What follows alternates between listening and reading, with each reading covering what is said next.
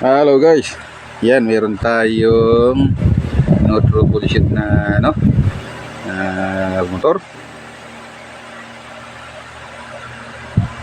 Ito, tumirik daw to, tumirik. Ito ay rin, nag-deliver ng parcel. Yan, tumirik siya. Tinulak na lang ito papunta rito sa gawahan ko. Yan, tinister natin na wala siyang reading galing ng stator. Wala siyang reading galing stator. Ibig sabihin baka ito ay may bumitaw na hinang. Yan. Kaya kailangan natin siyang hanapin kung saan talaga na nag-loose ito. Kasi meron akong testing na nagkakaroon. Ibig sabihin, naglulus lang siya. Kailangan kasi pagka tinister mo ang stator, hindi siya iilaw na naka-body ground ka. Maliban na lang kung pagsamahin mo yung dalawang wire na galing stator, doon lang siya iilaw. Ayan. Yung may-ari ay medyo ito'y tomboy. May-ari ito nagde-deliver ang parcel.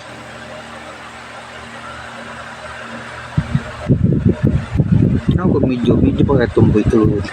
Tomboy talaga. Ayan na, binoise over natin ito kasi yung mga bata naglalaro dito sa may likod ko, parang nasa palengke tuloy ang tunog ng video ko. Ito, voice over ulit ako. Natakpan na yung aking sinasabi rito eh.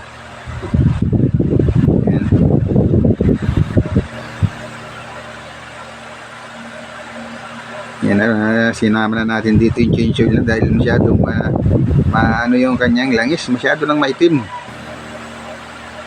Pag parcel lang ang ginagawa nyo, ibig sabihin na wala kayong tigil sa katatakbo. Halos walang isang buwan pa dapat ito ay change oil ka, walang tigil sa takbo to eh. Kahit magsambuan man lang sila, palit na sila ng langis. Ayan, binabalik na natin yung mga tornilyo nito. Nakita na natin yung diferensya ay nasa stator, kumalas yung kanilang kumalas yung pagkahinang sa stator. Hindi ko na rin pinakita, sa kabila yun eh. Kabila siya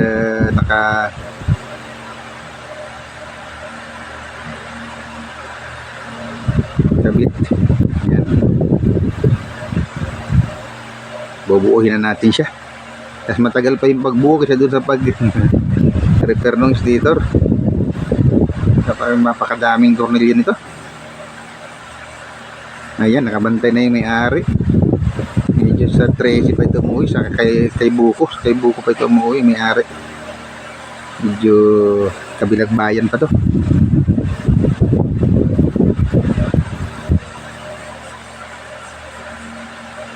Yan ang pag-trace natin yan, pag-troubleshoot natin step by step para makita natin kung talagang nasaan yung diferensya. Huwag nating huhulaan yung mga ginagawa natin. Yan, binubuo na natin to.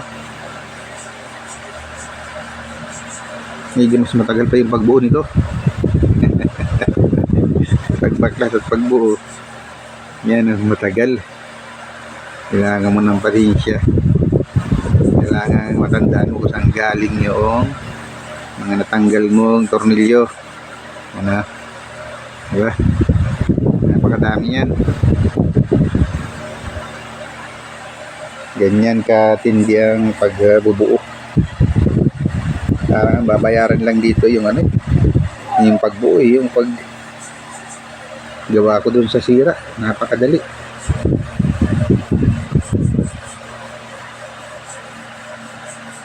I-resolder lang natin yan at mapit na agad. Ang sabi nung may-ari ay ang nagawa daw dito ay bata pa yung nag-full weight, kaya siguro na masyado magaling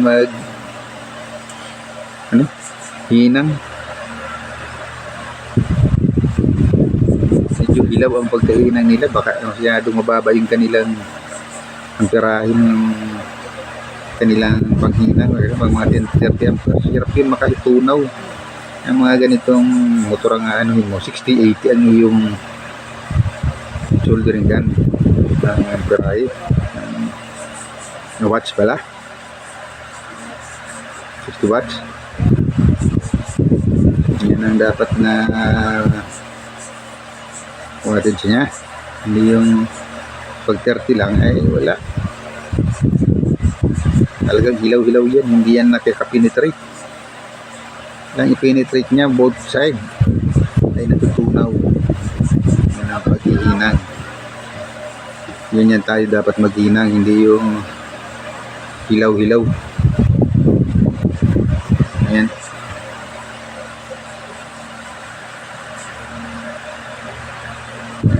Binubunan natin to. Dito na tayo sa may ilalim. So i-change na rin natin ito. Nabi ko sa may-ari na medyo maitim na yung lens niya. So tayo na magklas na ang drain plug.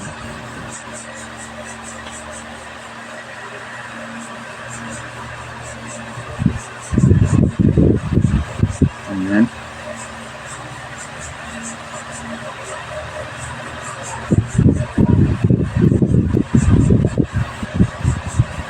Medyo matagal ka talaga magbuo. Tanggalin na natin yung kanyang drain plug para habang tayo nagbubuo ng ay medyo matuyo na yung langis, medyo naubos na yung langis niyang naka-stack. Ayan.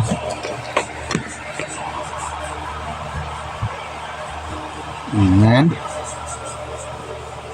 Medyo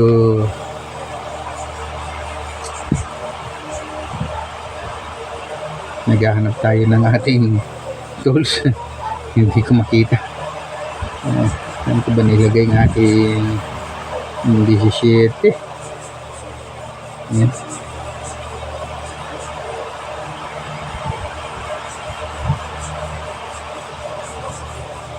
Naghahanap tayo.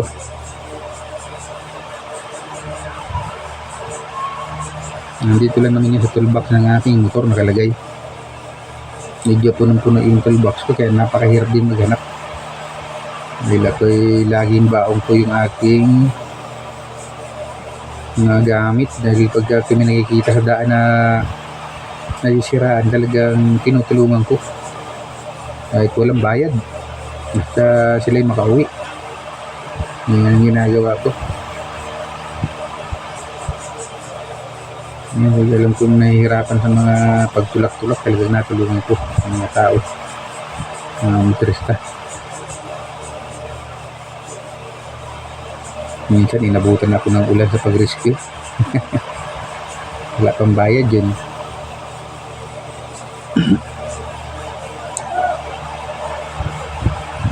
Yan guys, nahanap ko na doon sa aking toolbox na isa ay wala pa rin. Yan, balik tayo doon sa isang toolbox natin.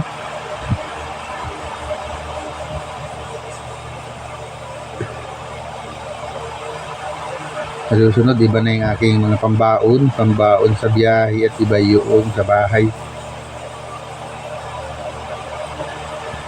Excuse me.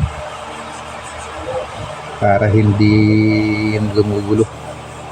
Na yung baon ko sa pagbiyahe, hindi ako nasa kalye, na kalsada, dapat iba.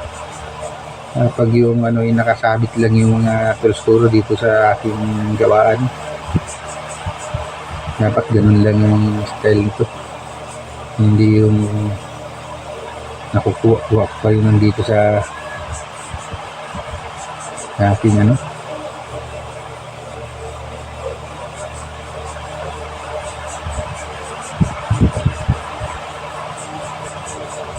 Ayan. Medyo tanggalin natin ito nang tayo ay makapagpatuyo ng langis.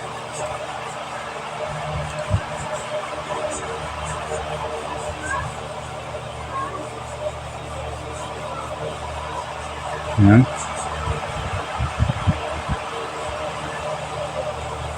Medyo tago yung ganyang drain plug.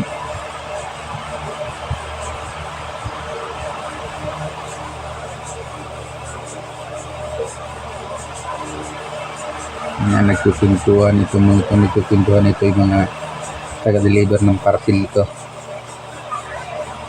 Nakatapos naman mag-deliver itong ating customer kasi tinulungan nilang i-deliver. Tatlo sila ditong delivery rider. Tulungan sila para matapos yung kanilang deliver. Yun ang maganda. Natulungan sila pag may ganyan, may nasiraan. Tulungan nila na matapos din yung kasamaan nila. Yan. Punasan natin yung ating drain plug. Tingnan natin kung ito'y walang damage. Yan. Yan. Pagka nagtanggal kayo ng drain plug, tingnan din kung walang tama.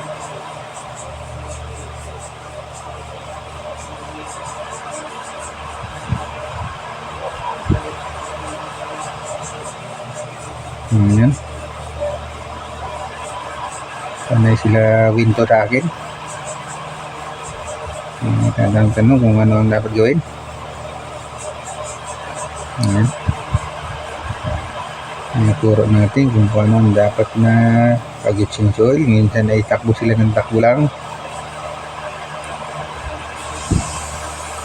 Kasi masyado silang busy.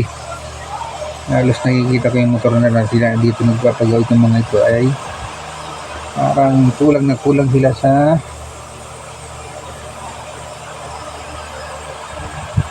PMS, preventive maintenance. Kailangan laging nakaprevent ka sa pagkasira ng iyong motor. Pag sinabing day off ka, kailangan check mo ang motor mo. Yung pag day off ay naisip mo ay mag-relax. Hindi mo dapat gawin yan. Mag-relax ka pag mag-relax ka lang kung ikaw ay natapos na mag-check ng motor. Ikot-ikot din pag may time. Kasi yan ang buhay mo. Ito ang katulong mo sa hanap buhay. Wala kang motor, wala kang pang-deliver ng parcel. Yan.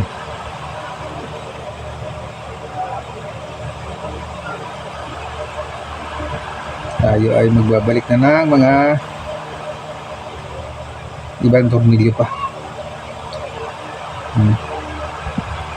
Napakadami nito.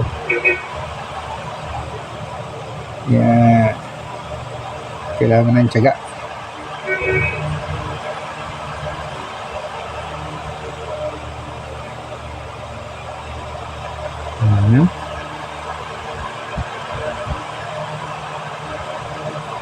Medyo makalikot talaga pag ganito. Mga bearings na yun, napakadami tornilyo.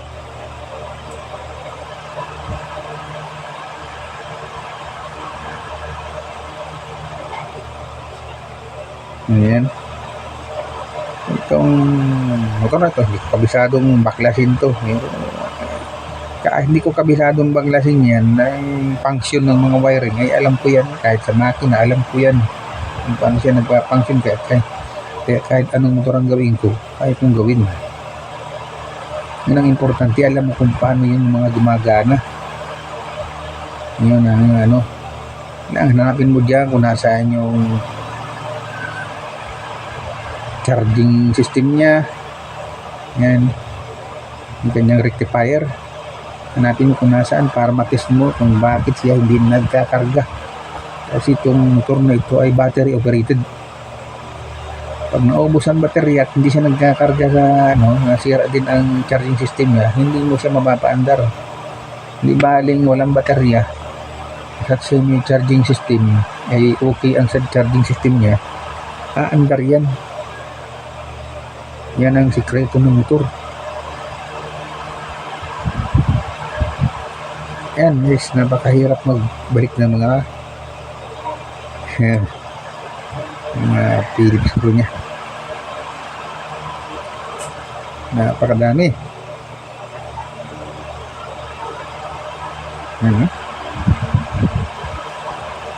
Hindi biro ang pagkabit, hindi biro ang balik-balik nito.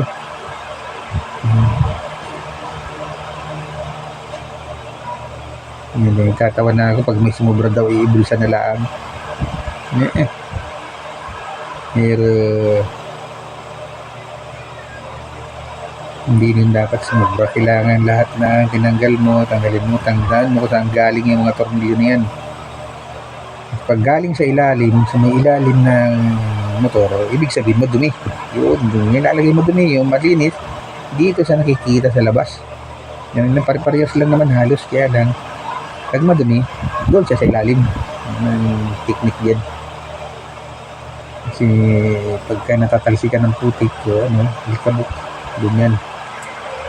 Hindi masyado nalilinis yung nasa ilalim, kaya yan ang palatandaan yan.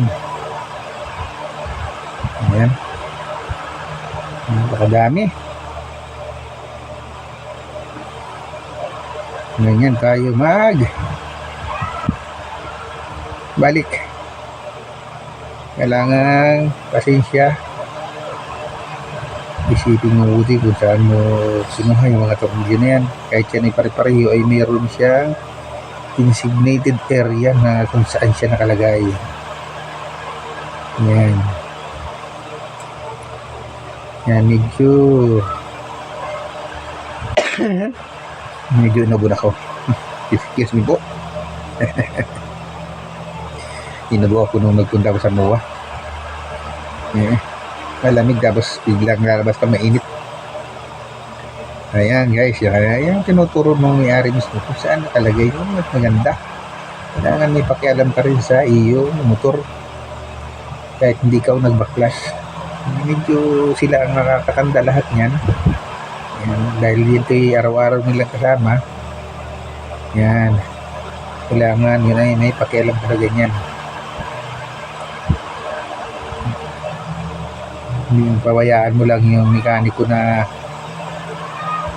tingnan mo may mali, kasi yung mekaniko nagkakamali din yan. Marunong lang yan dyan sa makina at sa wiring. Pero minsan yung mga pagbalik ng kahan yan ay medyo yan buisit ang mga mekaniko. Parang ang binabayaran nga dito yung babalik ng kaha. Ayan.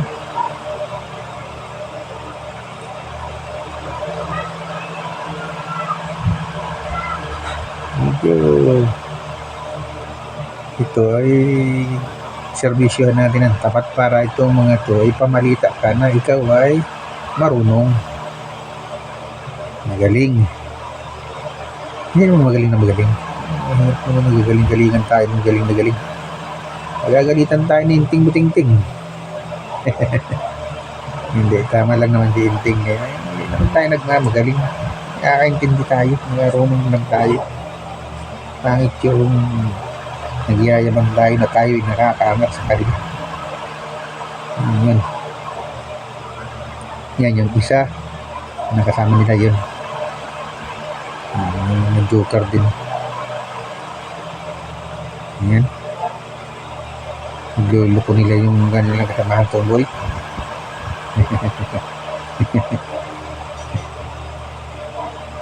Okay.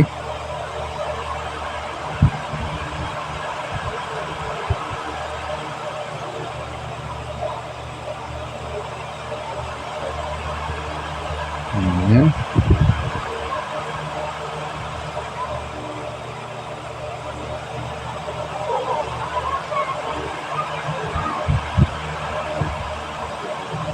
Okay. Medyo nalalapit na ang ating pagbubuo nito ng ating kaha. Ayan, isasalina na natin ito ng langis para makita na ng mayari na umaandar. Pero hindi pa ito aandar sa push start kasi nasa 11 pa lang yung charge ko siya, pero nasa 11 pa lang. Masyadong na-drain siya. Na-drain yung kaniyang baterya.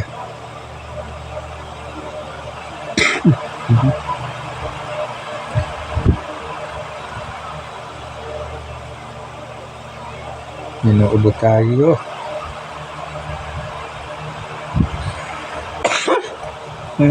Excuse me.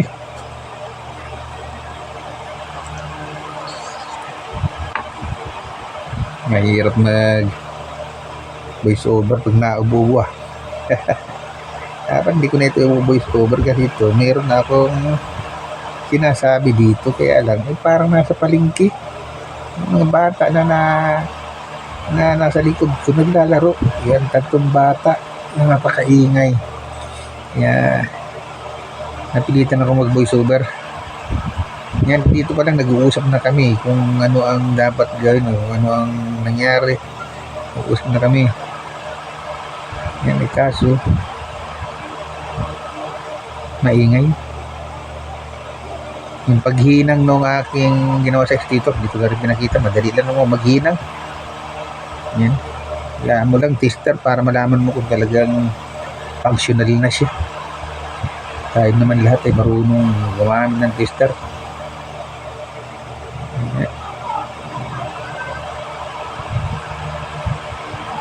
Biglang nagbablur yung aking sa araw yan, biglang nahaharangan yung ulap yung araw.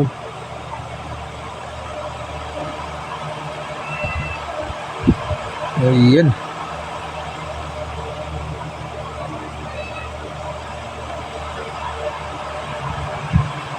Ayan.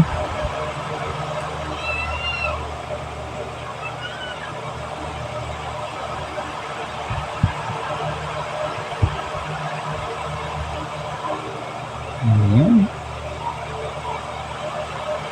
Malapit na tayo.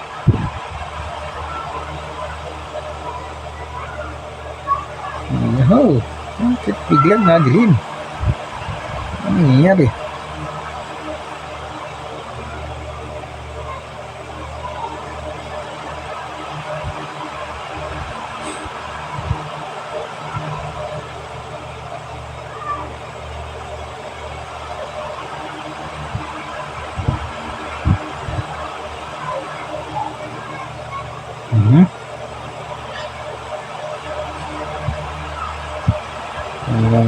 Yung iba kulay black na tornilyo. Dito sa may nakikita sa mga black na part, pero yung iba ay kulay silver. Yan, silver yung iba.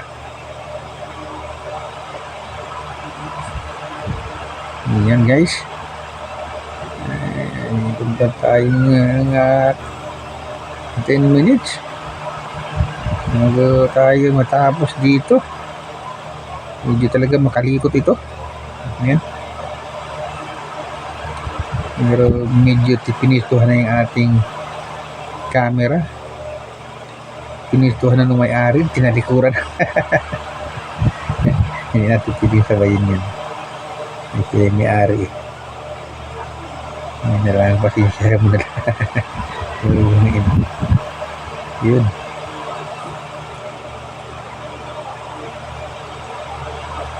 Tayo nalapit-lapit na mag-testing.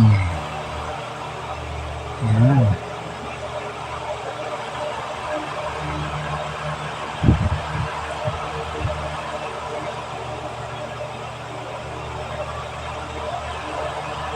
Yan.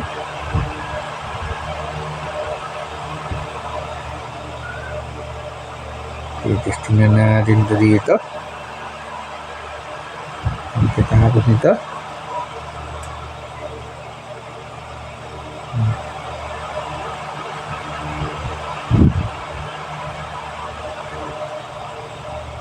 lalangis-langis muna tayo dito. Nalagyan natin ng langis ito. Tanggalin na natin ng mga tester natin dito. Yan. Okay. Tinanggal na yung dextrose. Tinanggal na ang dextrose. Yan.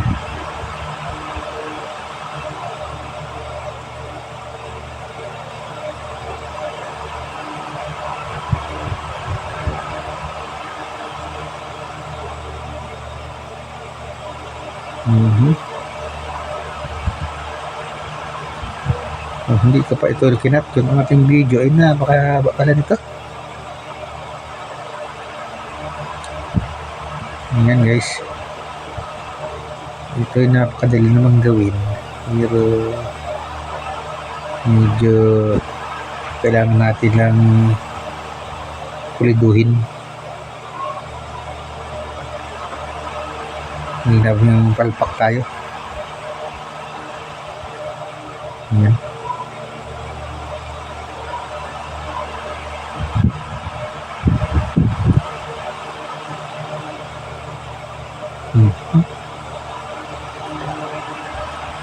Guys, yung tatlo na yan ang magkasama. Sila yung magkakampi sa pag-deliver. Ay kung nakikita yan, nagtutulungan sila pagka mayroong isa hindi agad nakakatapos ay ayudahan nila para sabay-sabay sila makapag remit. Pera ang dala nitong mga to kasi parcel. Yan, nasalinan natin ng langis. Tingnan na kung ilan yung natira kasi 800 ml lang ang kailangan natin. 1,000 ml itong ating lagayan. 1 liter. Ayan. Nasaraduan na natin. Iyon. Moment of truth na tayo nito. Tatadyakan ito kasi hindi pa kaya kanyang baterya mag-start. Ayan, hindi ka kaya yan. Tatadyakan yan.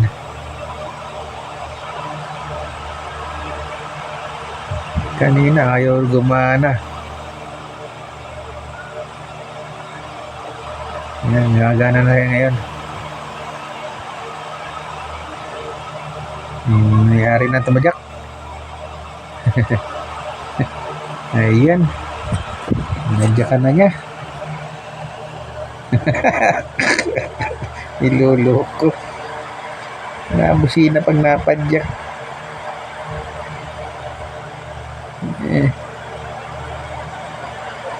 Ayan ha. Naandar na siya guys. Okay. Ayan. Ayos na daw. Okay. Ayan. Sukatin natin yung kanyang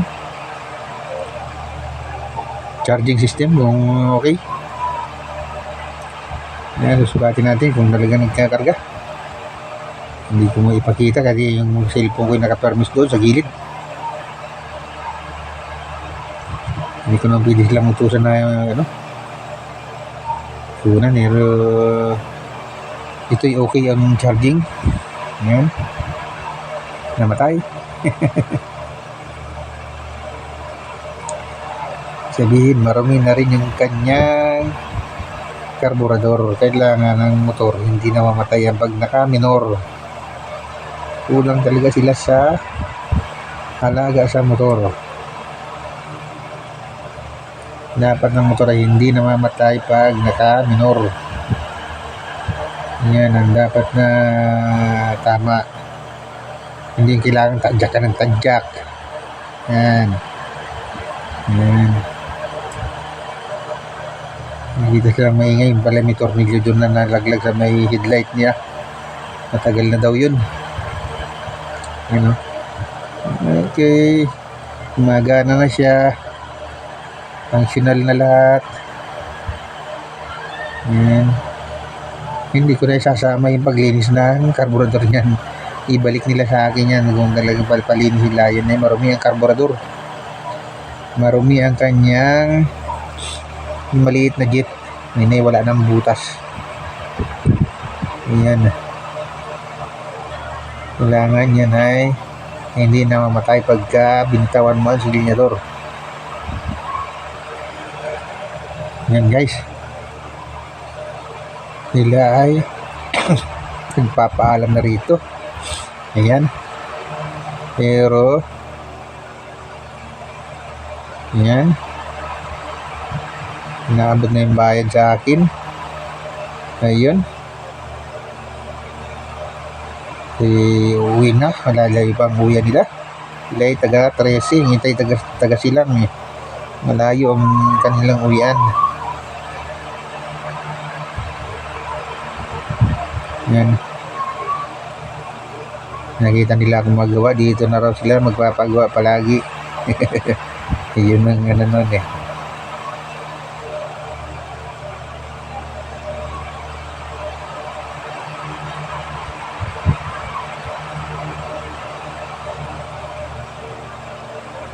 Yan.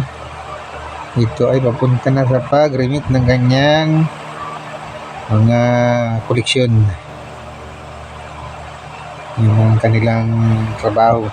Kahapon ay mag-remit ng kanilang koleksyon. Yan.